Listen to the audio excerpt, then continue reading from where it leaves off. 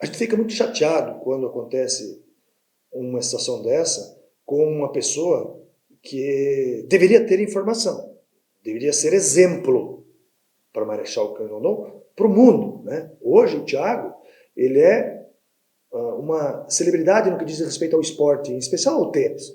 Ele é o atleta brasileiro do tênis do momento. E ele devia ter a responsabilidade, tomar todo o cuidado, dar exemplo nas pessoas, e ele não fez. Então a gente fica muito chateado quando isso acontece.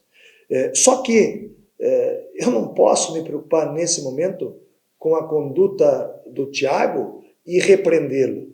Eu tenho que me preocupar, gastar as minhas energias com a consequência disso. E foi isso que eu fiz. Eu fiz um vídeo aí, publiquei, falando que a conduta dele é a conduta que nós não queremos. Né? E algumas pessoas até questionaram a gente, prefeito, mas tem que prender um cara desse. Não sei, mas essa não é a minha função. Tem que ser processado, não é a minha função. Minha função nesse momento é cuidar das pessoas de Marechal Cândido. Mas a atitude dele foi errada. Claro que existe. Claro que existe. Porque ele teve contato com outras pessoas. E, obviamente, algumas dessas pessoas podem ter sido contaminadas. Eu já recebi informações de uma empresa que o Thiago visitou, que as pessoas ficaram na quarentena de 7 dias e não apareceram sintomas. Então, algumas pessoas não foram contaminadas, mas possivelmente outras foram contaminadas. E essa conduta que é grave. Nós tomamos as medidas sanitárias, que é a nossa obrigação, estamos buscando as pessoas que tiveram contato com o Thiago e encaminhamos também essas informações ao Ministério Público, para que o Ministério Público, dentro da sua prerrogativa, das suas funções, tome as medidas necessárias com relação ao caso. Nós somos atrás de pessoas, buscando informações de pessoas que contataram com ele. Então, algumas nós temos, várias nós temos. Eu não posso afirmar se nós temos todas. Algumas pessoas já foram isoladas e se isolaram por pedido das empresas onde houve esse contato desde o dia 18. Eu já tenho resposta de que algumas não têm sintomas. Mas a questão é que algumas pessoas são assintomáticas, algumas pessoas que vão ser contaminadas pelo vírus, não necessariamente só nesse caso que envolve o Thiago, mas de maneira geral, pessoas não vão apresentar sintomas. Então é muito difícil para a gente saber o grau de contaminação dessa situação. Mas nós tomamos as medidas, a Vigilância Sanitária está trabalhando, e eu fiz um apelo às pessoas que tiveram contato para que se manifestem espontaneamente para nos ajudar a controlar um pouco melhor essa situação. Algumas pessoas entraram em contato, donos de empresa, como eu já disse, entraram em contato, então nós precisamos da colaboração de todos. Não tem nenhum município brasileiro pronto para isso. Então, veja, esses 10 dias de decreto que nós publicamos, restringindo atividades, algumas atividades do município, ou várias atividades do município, justamente para que nesse período a gente consiga se planejar. Ninguém estava preparado para isso no país. Então nós fomos buscar ouvir profissionais de saúde para nos prepararmos melhor. Nossa região aqui tem poucos respiradores, que é uma das grandes preocupações, né? As pessoas que precisarem de respirador. Esta que é a questão. Então nós nos organizamos, estamos nos organizando, porque passaram-se 6 dias apenas, né? Estamos no 6º dia de paralisação, então nós estamos nos organizando. E aí vem algumas pessoas dizendo que vamos reabrir o Hospital Filadélfia, vamos reabrir o Hospital Fumagalli. O Hospital Fumagalli é uma empresa, e todas as empresas de Marechal Rondon, para funcionarem, elas devem obedecer regras. E qual é o grande problema do Hospital Fumagalli? Entre o seu fechamento e o seu pedido de abertura, surgiu uma nova resolução da Anvisa, se eu não me engano a RDC 50, e deixou mais rigoroso a abertura desses estabelecimentos. E o que aconteceu de real lá no Hospital Fumagalli? Os diretores do hospital firmaram um termo de ajuste de conduta com o Ministério Público dentro de um processo judicial, na presença do juiz, e isso não foi cumprido. Então este é o empecilho, é por isso que o hospital não está aberto. O número de leitos, ele se restringe ao número de respiradores. Essa que é a questão. Então, nós estamos limitados ao número de respiradores. Nós temos meia dúzia de respiradores. Mas aí a gente tem que pensar que nós temos aqui na nossa micro-região outros municípios, alguns têm, outros não têm respirador. E o médico, Arno, o médico que está na nossa UPA, ou que está no centro que nós estamos preparando por orientação deles, se chegar alguém acometido pela doença e precisando do respirador, ele vai atender. Ele não vai perguntar se o cidadão é rondonense, se é de Mercedes, se é de Pato Bargado, se é de Entre Rios. O médico vai atender. E as pessoas não se colocam no lugar do prefeito e analisam a gravidade dessa situação. Eu não posso perguntar para o cara, você é da onde? Vai embora. Vai morrer em outro lugar. Vai ser atendido. Eu não posso. O médico não pode. O médico tem que atender. Ele não vai perguntar de onde é a pessoa. Nós imaginamos 30 pessoas infectadas que precisem de atendimento especializado. Situações graves, né? Mas qual é o problema da estatística? A estatística ela tem dois problemas graves que as pessoas cometem. O primeiro é você ignorar a estatística. Isso é gravíssimo. E o segundo é você achar que a estatística é infalível. Isso também é perigoso. Isso eu ensinei muito para os meus alunos quando lecionei essa disciplina. Mas é uma estatística e é sobre algo extremamente novo. Nós temos poucas informações que servem como base estatística para a gente poder fazer prognósticos. Então, tem uma empresa especializada que está fazendo esse estudo para nós, a MOP já conversou sobre isso, então nós imaginamos que em Marechal Rondon a gente pode ter até 30 pessoas que precisem de um atendimento mais severo. Qual é o objetivo de todos os gestores? É que essa quantidade de pessoas, ou essas pessoas que precisem desse atendimento mais importante, não o precisem ao mesmo tempo. Este é o segredo do combate ao coronavírus. Todos estão certos, todos estão errados. A incerteza é de todos. Veja, onde nós temos grande concentração de pessoas, é onde nós temos a situação mais favorável para a proliferação do vírus. Então, agora a gente tem que trazer isso para a nossa situação local aqui. Quem é o grupo de risco? Em princípio, os idosos e as pessoas acometidas por uma doença mais grave, né? Uma doença crônica. Então, esses são os grupos de risco. Esse que nós temos que proteger. E também evitar a proliferação em massa do vírus. Então, primeiro passo, suspender as aulas.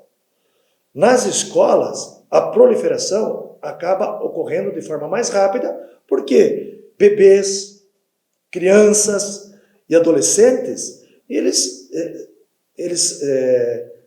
é mais natural para eles pôr a mão na boca, coçar o olho, pôr a mão no nariz. Isso é mais comum. Então a gente suspende essas crianças, esses adolescentes das aulas. Então há uma diminuição natural da proliferação.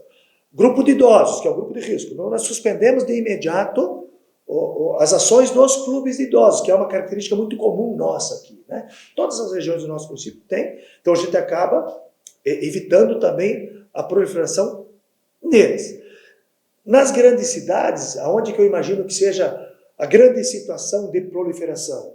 No transporte coletivo, no ônibus, no metrô, né? Onde pessoas entram e saem, não tem a condição para se fazer uma higienização, todo mundo pega nos locais de apoio, dentro do metrô, dentro do ônibus, e aí a contaminação ocorre em massa. Então o governo está certo em fazer isso, para evitar justamente aquilo que eu disse há pouco, que nós tenhamos uma contaminação muito grande ao mesmo tempo. Se nós mantivermos fechado o comércio até a próxima segunda-feira, que é o decreto que nós publicamos, e a partir de segunda-feira nós abrirmos, o vírus vai estar aqui. Ele vai estar circulando entre as pessoas. Se nós mantivermos por mais 10 dias fechado, vamos imaginar lá até o dia 10 de abril, no dia 11 a gente abre, o vírus vai estar aqui também. Então a contaminação pelo vírus, ela vai acontecer.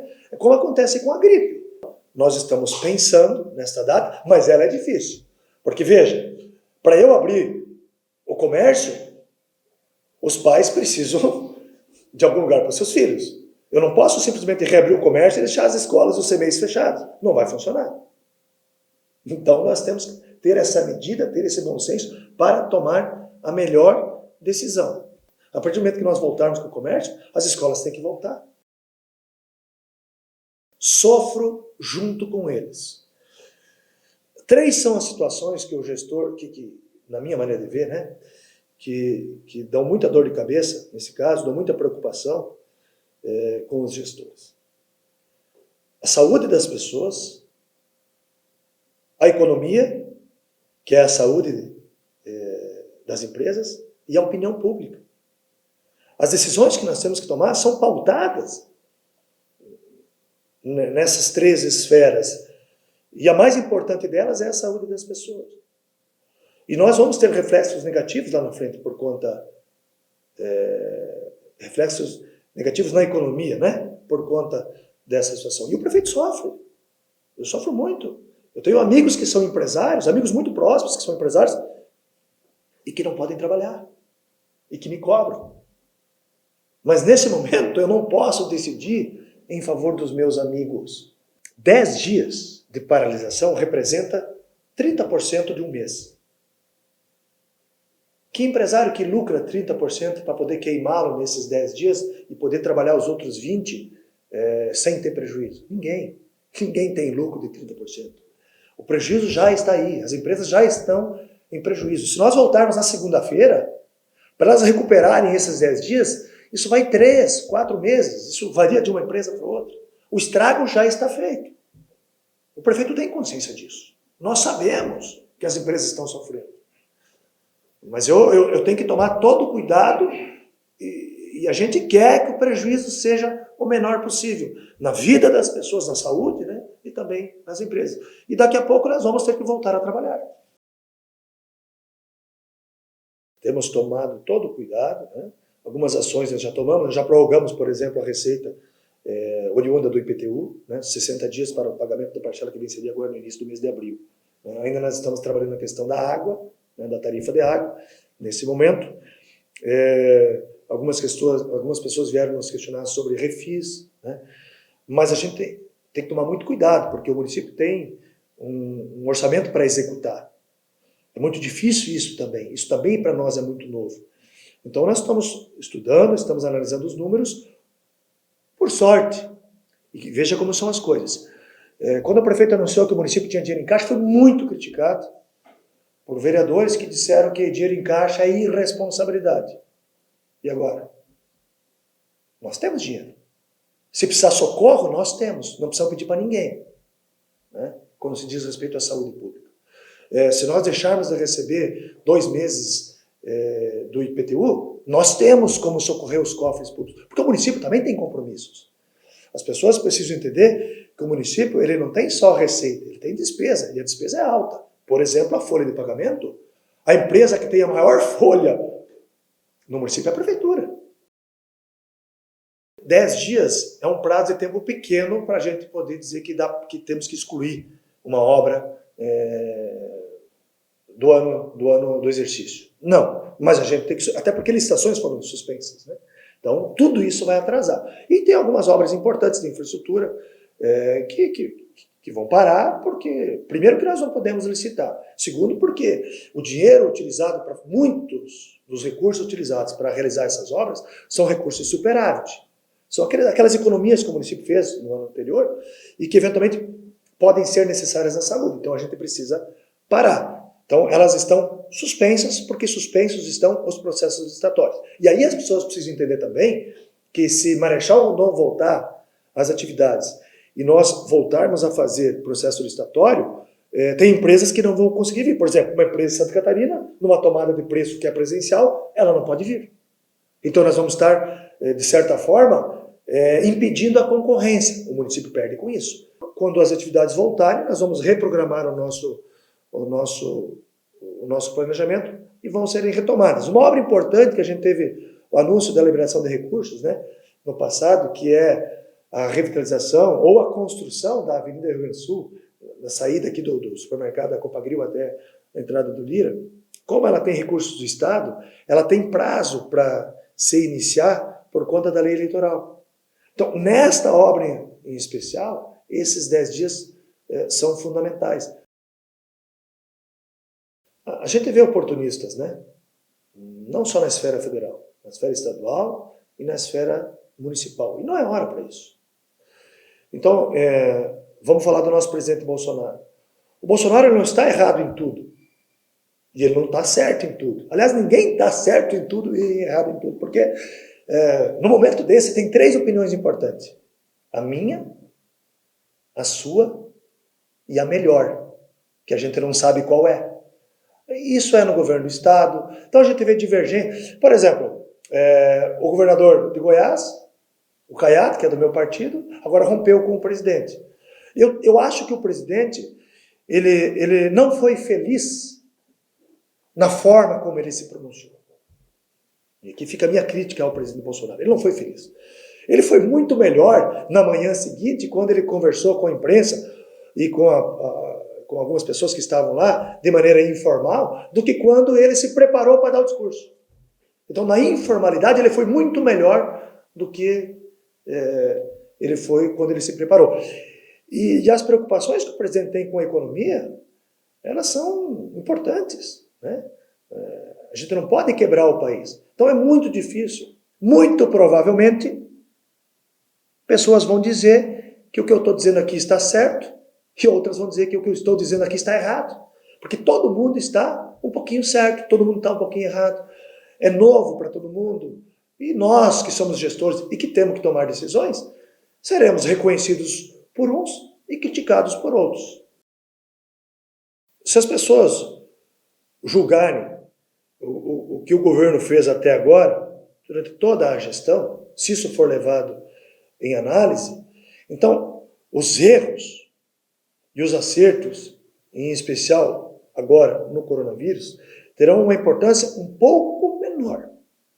Se as pessoas não analisarem tudo que foi feito durante o nosso mandato até agora e analisarem exclusivamente o coronavírus, aí a importância das nossas decisões serão maiores.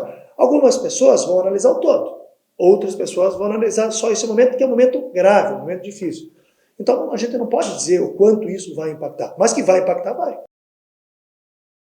Se eu disser que eu sou a favor da prorrogação das eleições, como estão dizendo aí para 2 anos, ou prorrogar o mandato para 2 anos, as pessoas vão dizer, algumas, né? Vão dizer, prefeito, mas claro, você quer ser prefeito por mais 2 anos. Eu quero. Lógico que eu quero ser prefeito por mais 2 anos. Eu quero ser prefeito por mais 4, porque eu já não sei que eu sou pré-candidato.